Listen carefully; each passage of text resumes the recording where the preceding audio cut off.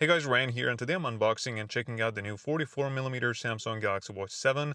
I've discovered a few red flags that might surprise you, so stick around. In addition to the watch, you'll find a wireless charger in the box, and as a reminder, you can use any other wireless charger as well. I got the silver non-LTE version. I'm digging these new blue and orange design elements that Samsung have added to their watches and earbuds, especially on this strap.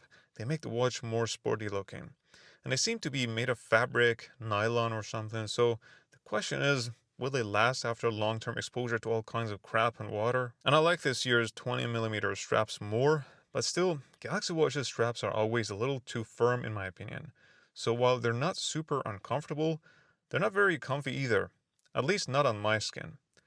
Anyway, you can always replace the straps with something more comfortable. So no need to be concerned about that. And like I said, I like these design elements. The display is also sapphire, making it highly scratch resistant. Now, before you say in the comments you're nitpicking too much about this next thing, remember this is the whole point of this channel, to show you all the negatives about all these products and let you know if they're still worth it despite those issues. And if I sound impressed about something, that's as genuine as it gets. So I don't have a problem with this type of locking mechanism, but if you have hair here, you might pull on a few hair strands every time you wear the watch. The other thing is that the pin buckle is actually quite thick and sticking out a bit when I'm working at my desk. They should have made it as thin as possible, like this one over here. The watch only has two buttons and one of them has this orange accent around it, making the watch ever more sporty looking. I also noticed the back of the case is not flat and it has this ever slightly bulge. So when there is a bulge on the back of a watch, depending on the size of it, it might affect the comfort level just a bit or a lot, again, depending on the size or curvature of the bulge. In this case, it isn't that bad, or not as bad as the first Pixel watch, but still, because it's there, I can always feel the watch on my wrist. Whereas with my other watch, sometimes I can even forget I'm wearing it. And the reason this bulge exists is to improve the accuracy of the sensors. So there's a bit of a trade-off here. The initial setup was fairly simple as well. If you have a recent Galaxy device, as soon as you turn on the watch, you're going to get a prompt on your phone to pair. Every year, we get a new watch face, and this year is again a simple but good-looking one. But here's the deal.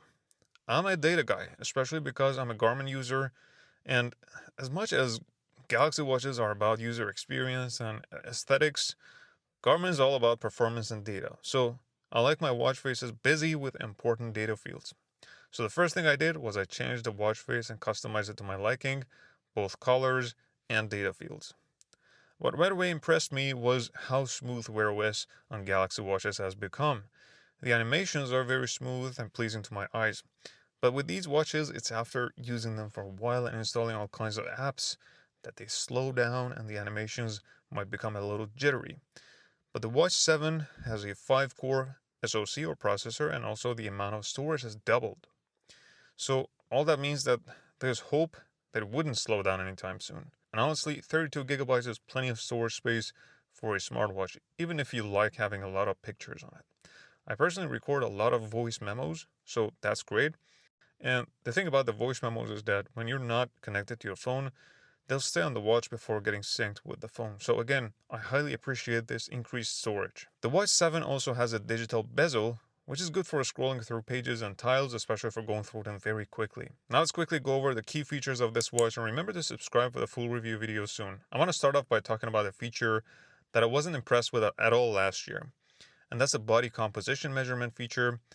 This feature allows you to measure your body fat percentage, skeletal muscles, and body water, plus your basal metabolic rate. And after measuring the first time, I was very surprised by its accuracy.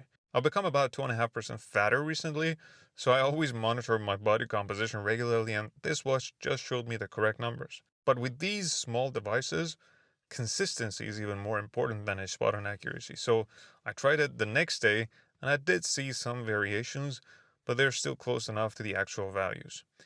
Although my BMR or basal metabolic rate was a bit more off than the other ones, but still I'm impressed.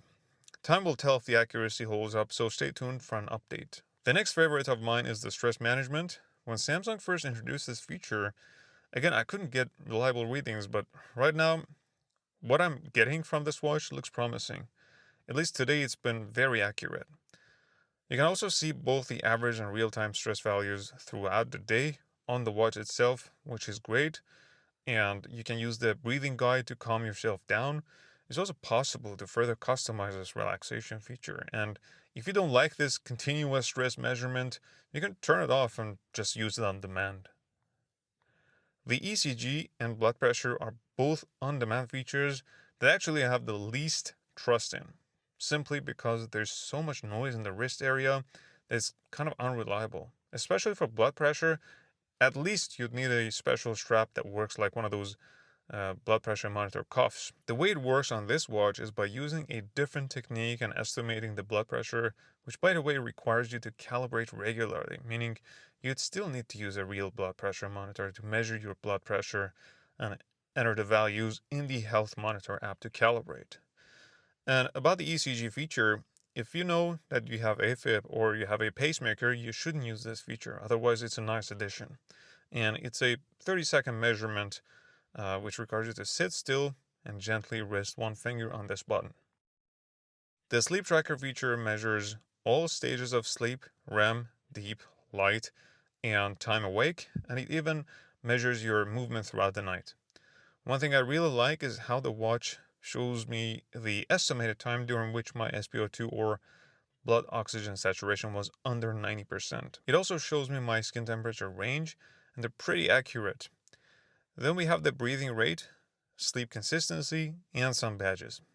And after 7 nights of wearing the watch, it'll give you personalized tips and will show you if you have any signs of moderate to severe sleep apnea. I'll promise you I'll cover this in detail in the next video once they're available to me. But in terms of first impressions, 2 things bothered me here. First is that the start of the sleep time is wrong by about half an hour, and I confirmed this with my smart ring and my other watch. So this affects everything, right? It means longer sleep time and gives me a higher sleep score. But I'll still give it the benefit of the doubt because I was in bed with not a lot of movements for some time. Second is that in the AM, I couldn't see the sleep score because I had turned off my phone's Bluetooth the night before, and as soon as I turned it on and the watch got synced, it showed me everything. This reminds me of the Fitbit watches, and it's pretty ridiculous that I can't right away see the values on the watch. There are 2 new cool features on this watch that I want to share with you. The first one is called Energy Score, which was a much needed feature on Galaxy Watches. This feature uses your sleep quality, your daily activity levels, and your overnight heart rate variability and HR to estimate the amount of body energy as a 0 to 100 point score for the day. This is an easy way to gauge or make a judgment early in the morning as to how your day ahead is going to look like and how far you can push yourself. But again, just like the sleep score, I couldn't see this until my watch got synced with the app. You can see what things need attention, your HRV, etc. But a better and more detailed view of this score can be found on the Samsung Health app. What's neat is that on the app you can monitor your average scores long term as well. Love this feature, but again I found another red flag that kind of affects everything here, and that's the astronomical overnight HRV. According to the watch, my average overnight HRV was 121 milliseconds. If this was true, I'd be the Superman himself. But the real value was 52 milliseconds. Vastly different. I know if I'm super healthy and not stressed out, I can raise it up to 70 milliseconds as well, but the number that this watch gave me was just ridiculous.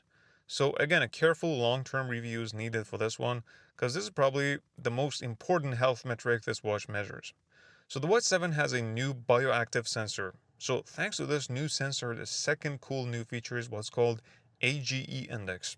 It stands for Advanced Glycation End Products, which is an indicator of your metabolic health. I don't believe I've seen this feature on any other smartwatches yet, but it's mainly affected by your lifestyle and dietary habits. Mine is currently on the higher side, but I'm not worried about it since this needs more time for a more accurate measurement. I don't think merely providing an index is enough. There are explanations available, but I prefer to have something more insightful like personalized tips as to what to do to improve the index. Another feature is a dual band GPS, but I haven't had a chance to try this yet, so perhaps in another video. But this is especially useful in dense urban areas, especially with a lot of tall buildings around. In terms of battery life, from 100% to 80%, I was able to get 6 hours, from 100% to 50%, a total of 18 hours. And from 100% to 20%, it took 24 and a half hours. So what you need to know is that I use the AOD to do this battery test. And in the next video, I'm going to turn off AOD or always on display, and we'll do another battery test. I'm going to test as many things as I can in real life, so you'd better subscribe and stay tuned for the full review video. But in the meantime, you might want to check out the Galaxy Watch 6 review from last year here.